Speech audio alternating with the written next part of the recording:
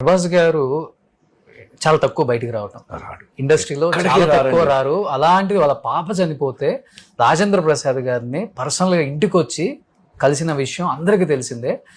ఆయన అంటే ఎంత ప్రేమ, ఎంత గౌరవం. ఆయన పెద్ద ఫ్యాన్ నాకు.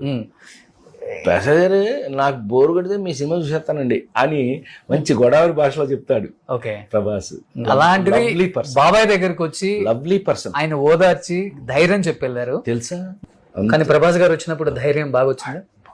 ఎంత సార్ మీరు మాకు కావాలి, ఎంత మాట అన్నాడు తెలుసా ప్రభాస్. మర్చిపోలేను ఇప్పటికీ నేను.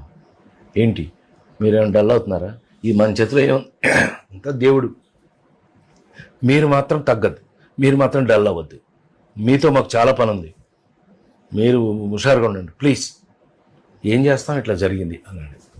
మీరు మాత్రం తగ్గద్దు, దిగొద్దు అంటున్నాడు. ప్రేమ, లవ్ ఆల్మోస్ట్ అందరూ వచ్చి. కానీ చెప్పాలంటే ప్రభాస్ గారితో మీరు పెద్ద సినిమాలు కూడా చేయలేదు. నేను ప్రభాస్తో నేను అసలు చేయలే, ఒక్కడ కూడా చేయలే. చేయలే. మొన్న కలికి చేసాం కానీ నాది నా వేరే, తను వేరే, కలిపి చేయలే ఇప్పుడు. కానీ జమ్ of a person, lovely film, అందరూ వచ్చారు, అందరూ ఒక ఫ్యామిలీ లాగా. నాకు అప్పుడు అర్థమైంది అబ్బాయి, నిజంగా చెప్తున్నా, సినిమా ఇండస్ట్రీలో నా మీద ఉన్న ప్రేమ మా అమ్మాయి చనిపోయినప్పుడు